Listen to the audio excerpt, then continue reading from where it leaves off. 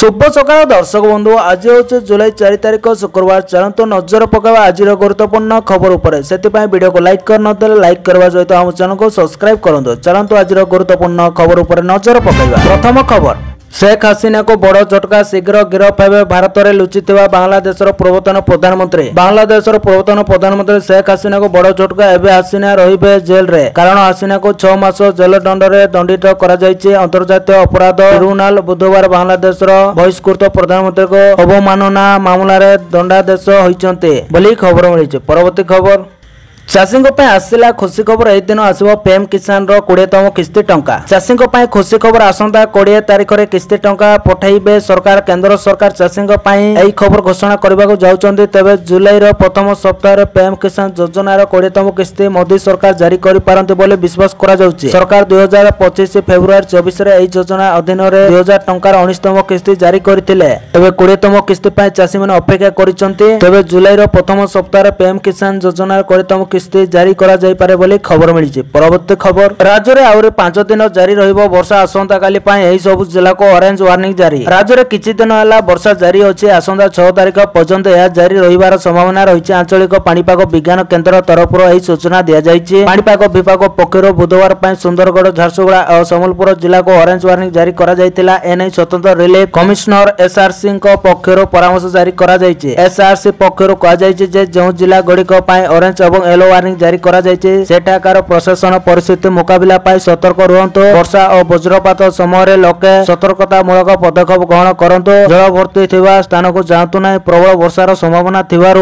मत्स्यजीवी माने समुद्र भीतर को जांतु नाही। वर्षा पर स्थानीय प्रशासन क्षयक्षति जनित रिपोर्ट प्रस्तुत करंतु। विगत किछि दिन होला राज्यर विभिन्न स्थान रे वर्षा जारी थिबारु जनसाधारण प्रभावित होइचंती। खरीफ ऋतु जारी थिबारु चाषी माने क्षतिग्रस्त होइचंती। अधिकांश स्थान रे धान चाष प्रभावित होइछि बोली खबर मिली। परवर्ती खबर बढ़िला ओमफेड क्षीर दाम 52 टंका रु 54 टंका रे पहुंचला क्षीर लिटर। लागू होला नुआ दर बढ़िला ओमफेड क्षीर दाम। ओमफेड क्षीर लिटर प्रति दाम वृद्धि बाजार को आसिला। ओमफेड रो नुआ दर प्रीमियर और टंड क्षीर लिटर पिछा 2 टंका वृद्धि गोल क्षीर लिटर प्रति 4 टंका वृद्धि एने ओमफेड पक्षरु दिया गला सूचना। पूर्व जून 1 तारिख रो क्षीर रेट वृद्धि करबा नै घोषणा करथिला राज्य सरकार। जा आज लागू होइछि। सरकार घोषणा करथिले कि ओमफेड क्षीर लिटर पिछा 2 टंका वृद्धि हेबो। फल रे लिटर पिछा क्षीर दाम 52 टंका बढ़ी 54 टंका हेबो। सेपरि दूध चाषी को अधिक 3 टंका देबे राज्य सरकार। खाउटी मानक पय क्षीर लिटर पिछा 4 टंका वृद्धि होइतबा बेले 2 टंका बहन करिबा राज्य सरकार जा आज ठारू राज्य रे लागू होइछि बोली खबर मिलिछि। परवर्ती खबर रथ तळे नमाज पढुचंते मुसलमान महिला वीडियो वायरल। एबे सोशल मीडिया रे एक वीडियो जोरदार वायरल होउछि। जो वीडियो रे देखिले आपनक मन बे आदोलित हबो। मन रे अनेक प्रकार प्रश्न उंकी मारिबो कारण वीडियोटी कोटी कोटी ओडियांक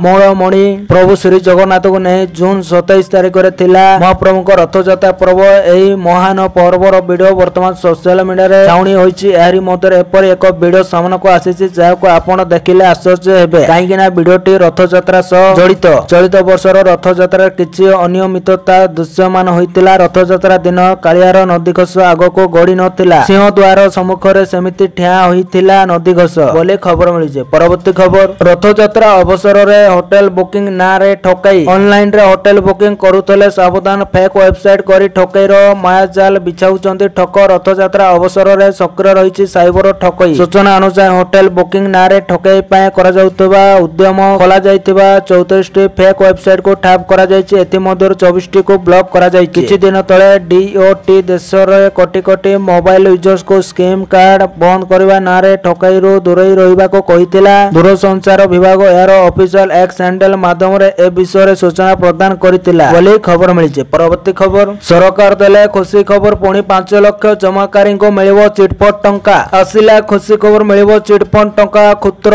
जमाकारी फेरी पाइबे चिटफंड टंका। चिटफंड क्षतिग्रस्त क्षुद्र जमाकारी को मिलिबो टंका। आसंदा 3 रु 4 मास भितरे आउ 5 लाख जमाकारी को मिलिबो टंका। क्षतिपूरण राशि प्रदान करबा को मुख्यमंत्री को निर्देश। चिटफंड जमाकारी को टंका मिलिबो कहले मुख्यमंत्री। तबे एही गोटे वर्ष भितरे 1,26,000 1277 କ୍ଷୁଦ୍ର ଜମାକାରୀଙ୍କୁ ମିଳିବ ଟଙ୍କା। 47.07 କୋଟି ଟଙ୍କା ଫେରସ୍ତ କରିସାରିଛନ୍ତି ସରକାର। ଆଉ ଏବେ ପୁଣି ଆଉ 5 ଲକ୍ଷ ଜମାକାରୀଙ୍କୁ ମିଳିବ ଚିଟଫଣ୍ଡ ଟଙ୍କା। ଏନେ ନିର୍ଦ୍ଦେଶ ଦେଇଛନ୍ତି ମୁଖ୍ୟମନ୍ତ୍ରୀ ମୋହନ ଚରଣ ମାଝୀ। 3 ରୁ 4 ମାସ ଭିତରେ ଟଙ୍କା ଦେବାକୁ ନିର୍ଦ୍ଦେଶ ଦିଆଯାଇଛି। ଗତ 10 ବର୍ଷରେ 2,79,109 ଜଣଙ୍କୁ ଫେରସ୍ତ ହୋଇଥିଲା 19 କୋଟି ଟଙ୍କା ବୋଲି ଖବର ମିଳିଛି। ପରବର୍ତ୍ତୀ ଖବର, 8 ଦିନରେ 5 ଦେଶ ଗସ୍ତ କରିବେ ମୋଦି। ଏହା ସବୁଠୁ ଲମ୍ବା କୂଟନୈତିକ ଗସ୍ତ। ସବୁଠୁ ବଡ଼ ବିଦେଶ ଗସ୍ତରେ ଗଲେ ପ୍ରଧାନମନ୍ତ୍ରୀ 8 ଦିନରେ 5 ଦେଶ ଗସ୍ତ କରିବେ ପ୍ରଧାନମନ୍ତ୍ରୀ ମୋଦି, ଯାହା ତାଙ୍କର ଗତ 10 ବର୍ଷର ସବୁଠାରୁ ଦୀର୍ଘ ବିଦେଶ ଯାତ୍ରା ହେବ। ଏହି ଗସ୍ତରେ ମୋଦି ଘାନା, ତ୍ରିନିଦାଦ ଓ ଟୋବାଗୋ, ଆର୍ଜେଣ୍ଟିନା,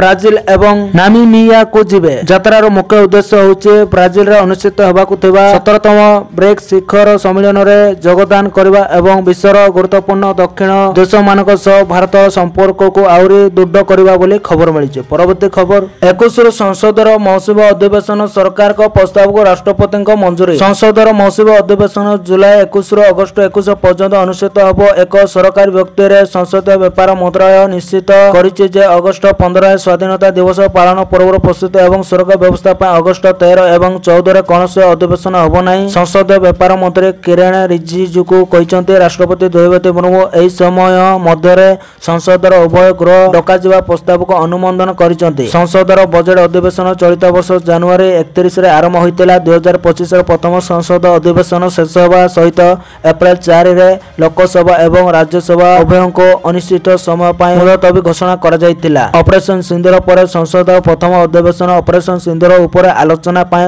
ସଂସଦର ସ୍ୱତନ୍ତ୍ର ଅଧିବେଶନ ଶୀଘ୍ର ଡକାଯିବାକୁ ବିରୋଧୀ ନେତାମାନେ ଦାବି କରୁଥିବା ବେଳେ ମୌସୁମୀ ଅଧିବେଶନ ତାରିଖ ଘୋଷଣା କରାଯାଇଛି ବୋଲି ଖବର ମିଳିଛି। ପରବର୍ତ୍ତୀ ଖବର, 3.5 କୋଟି ଚାକିରି ଦେବେ ସରକାର। ନିଯୁକ୍ତି କ୍ଷେତ୍ରରେ କେନ୍ଦ୍ର ସରକାରଙ୍କ ବଡ଼ ପଦକ୍ଷେପ। ନିଯୁକ୍ତି କ୍ଷେତ୍ରରେ କେନ୍ଦ୍ର ସରକାରଙ୍କ ବଡ଼ ପଦକ୍ଷେପ। 1 ଲକ୍ଷ କୋଟି ଟଙ୍କାର ଯୋଜନାକୁ କେନ୍ଦ୍ର କ୍ୟାବିନେଟ ମଞ୍ଜୁରୀ ମିଳିଛି। ସୃଷ୍ଟି ହେବ 3 କୋଟି 50 ଲକ୍ଷ ଚାକିରି। ଦେଶରେ ବେରୋଜଗାରୀଙ୍କ ସଂଖ୍ୟା ବଢୁଥିବାରୁ ନିଯୁକ୍ତି ସୃଷ୍ଟି ଉପରେ ସରକାର ଗୁରୁତ୍ୱ ଦେଉଛନ୍ତି। ଅଗଷ୍ଟ 1ରୁ 2027 ଜୁଲାଇ 17 ତାରିଖ ମଧ୍ୟରେ ଏହି ନିଯୁକ୍ତି ମିଳିବ। ଆଗକୁ 5 ରାଜ୍ୟରେ ବିଧାନସଭା ନିର୍ବାଚନ ହେବାକୁ ଥିବା ବେଳେ ମାଷ୍ଟର ଷ୍ଟ୍ରୋକ୍ ଖୋଲିଛନ୍ତି ପ୍ରଧାନମନ୍ତ୍ରୀ ମୋଦି। ବିହାର ପରେ ପଶ୍ଚିମବଙ୍ଗ, ଆସାମ, କେରଳ ଏବଂ ତାମିଲନାଡୁ ବିଧାନସଭା ନିର୍ବାଚନ ପୂର୍ବରୁ ମୋଦି ଏହି ନିଷ୍ପତ୍ତି ନେଇଛନ୍ତି। ଏନେଇ ସୂଚନା ଓ ପ୍ରଶାସନ ମନ୍ତ୍ରୀ ଅଶ୍ୱିନୀ ବୈଷ୍ଣବ ସୂଚନା ଦେଇଛନ୍ତି। ଶିଳ୍ପପତିମାନଙ୍କ ସହ ଆଲୋଚନା କରିବା ପରେ ଏନେଇ ଘୋଷଣା କରାଯାଇଛି। ଏହି ଯୋଜନାରେ 2ଟି ମୁଖ୍ୟ ଉଦ୍ଦେଶ୍ୟ ରହିଛି।